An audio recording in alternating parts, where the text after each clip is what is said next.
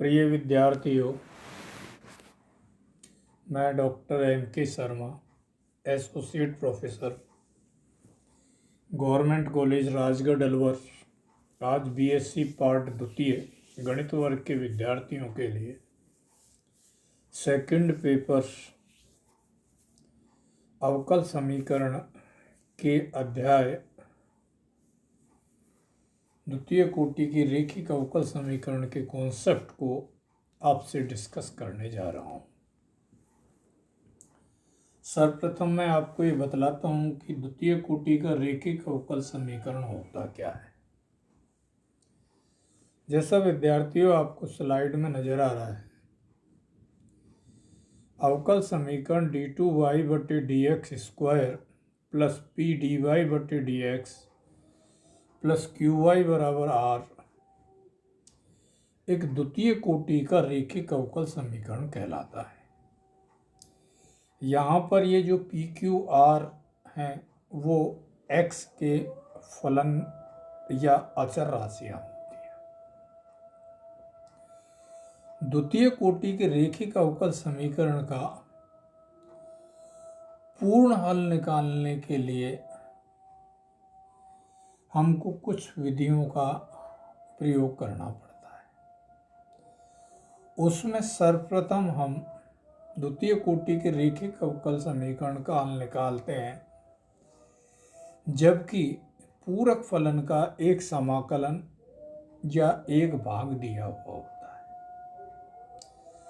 माना जो द्वितीय कोटि का रैखिक अवकल समीकरण आपको दिया हुआ है उसका पूर्ण हल y बराबर u ही है और इस पूर्ण हल में से y बराबर u पूरक फलन, जिसको अंग्रेजी में कॉम्प्लीमेंट्री फंक्शन अर्थात CF कहते हैं, इसका एक भाग ज्ञात है हमको, जहां u v दोनों x के फलन होते हैं। इसके लिए हमने आपके लिए मदद के लिए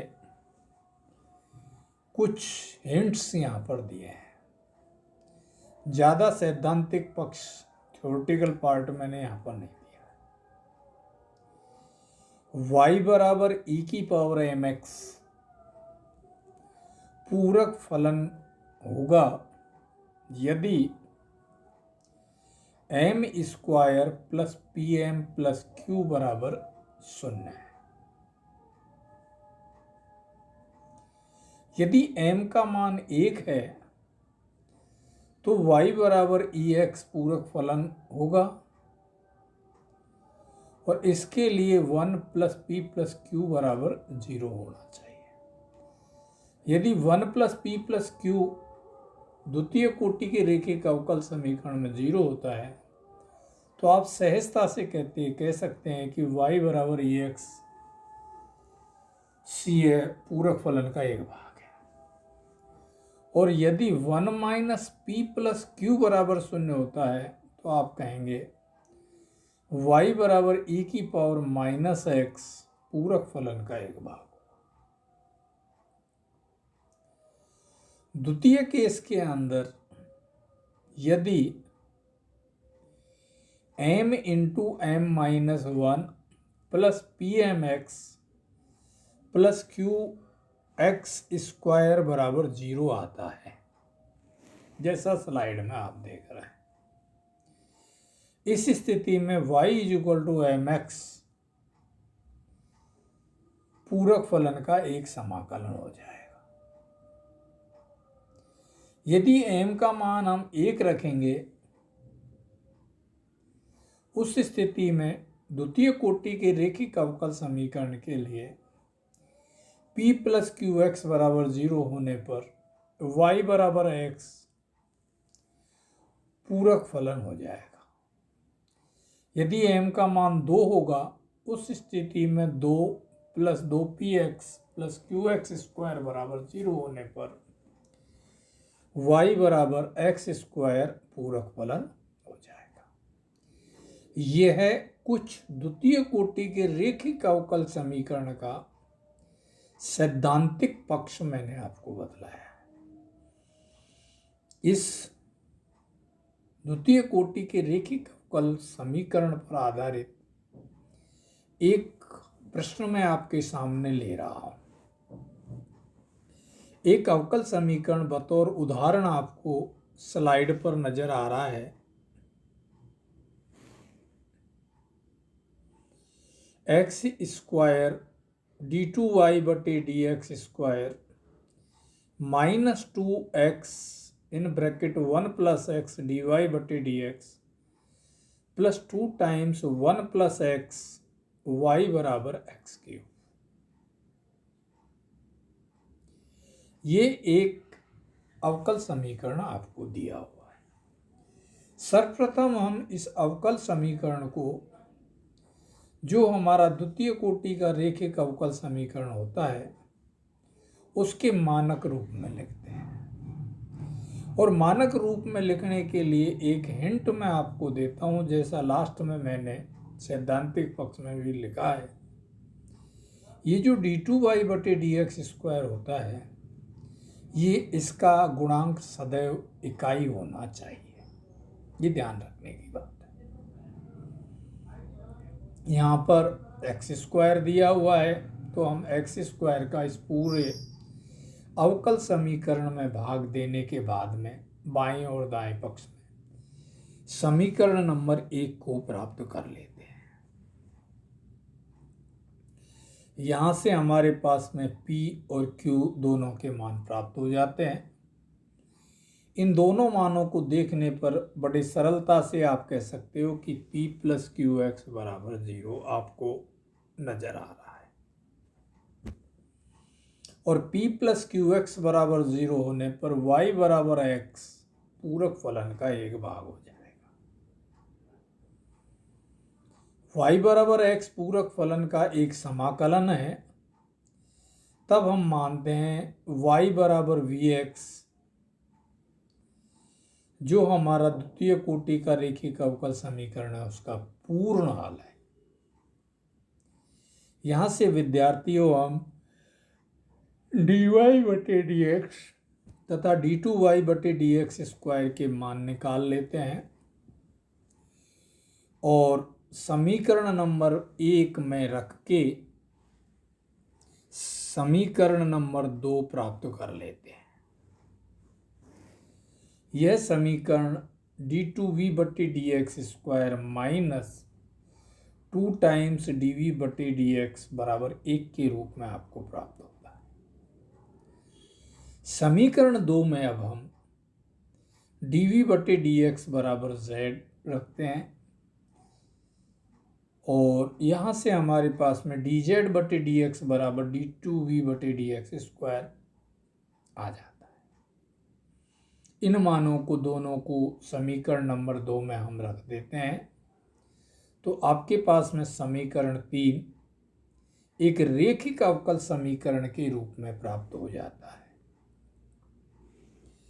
इस रेखिक अवकल समीकरण का हल निकालने के लिए हम सर्वप्रथम इस रेखिक अवकल समीकरण का समाकलन गुणक इंटीग्रेटिंग फैक्टर ज्ञात करते हैं। वो आपके पास में e⁻−2x के रूप में प्राप्त होता है। और इसके बाद में इसका हल z × if बराबर समाकलन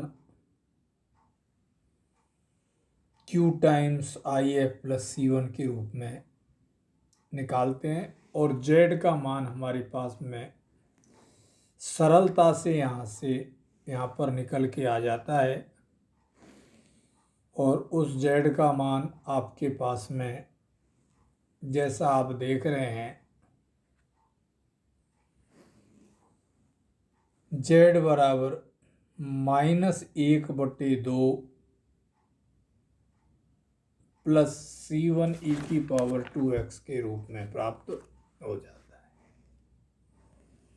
z का जो मान है वो विद्यार्थियों z = -1/2 c1 e⁻²x के रूप में आपको प्राप्त हो जाएगा। देखो विद्यार्थियों, z का मान हमारे पास में dv/dx हमने माना है। पुनः हम z का मान यहाँ पर dv/dx रख देते हैं लेफ्ट हैंड में। राइट हैंड में कोई परिवर्तन नहीं करना, वो यूं की तो रखेंगे।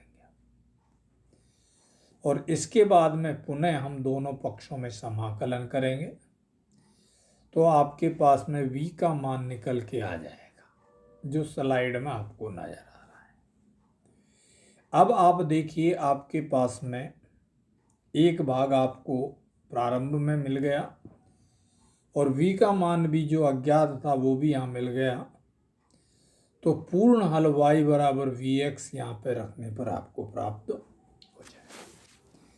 इस प्रकार से हम द्वितीय कोटि के रेखिक अवकल समीकरण को बड़े सरलता से सैद्धांतिक पक्षों को लेते हुए हल कर सकते हैं। कुछ असाइनमेंट के बतौर मैं आपके लिए कुछ सवाल यहाँ पर लिख के दे रहा हूँ, जिन्हें आप प्रयास करना, आप निश्चित इनको हल कर पाओगे।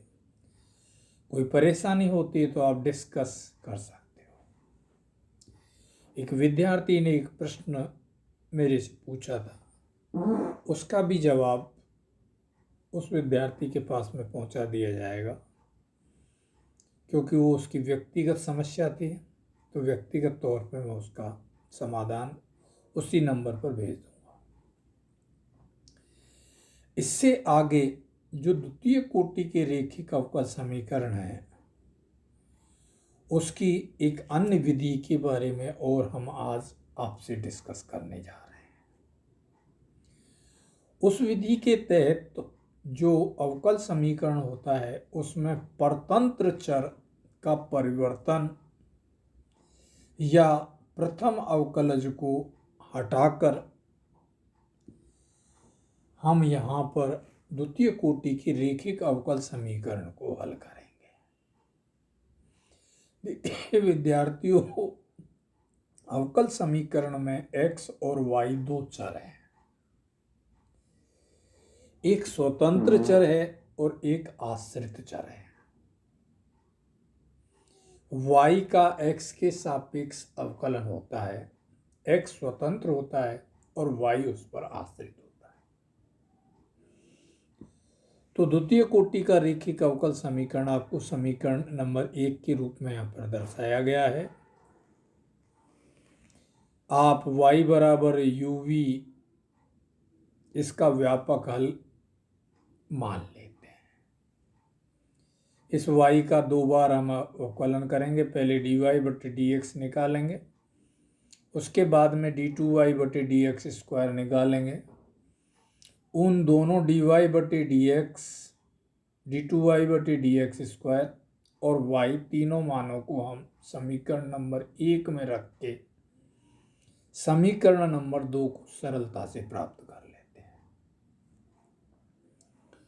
अब विद्यार्थियों, जैसा इस आर्टिकल के प्रारंभ में हमने लिखा है कि प्रथम अवकलज को हटाना है, समीकरण नंबर 2 में प्रथम अवकलज dv/dx को विलोपित करना है हमको। और इसके लिए dv/dx का जो गुणांक है, अर्थात p + 2/u du/dx है, इसको हम शून्य के बराबर रखेंगे। इसको जब शून्य के बराबर रखते हैं तो यहाँ से हमारे पास में u का मान आपके पास में e⁻−1/2 pdx के रूप में आपको प्राप्त हो जाता है। देखिए विद्यार्थियों, इनके बीच के स्टेप्स को मैं नहीं लिख रहा हूँ, क्योंकि अवकल समीकरण के बहुत कुछ अध्यायों को हम अध्ययन कर चुके हैं। हर प्रश्न में हर स्टेप को लिखना अब आवश्यक नहीं है, ये आपको आना चाहिए, क्योंकि समाकलन और अवकलन का आपने काफी अध्ययन कर लिया।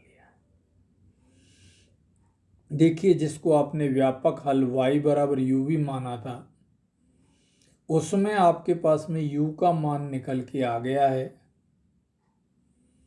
अब आप समीकरण नंबर 2 में इनका प्रयोग करें, आपके पास में d2v/dx² जो समीकरण नंबर 2 है उसका परिवर्तित रूप ये प्राप्त हो जाएगा।